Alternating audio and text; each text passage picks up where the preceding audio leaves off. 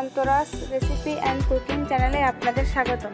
যারা নতুনত্ব ট্রাই করতে চান তাদের জন্য এই রেসিপি।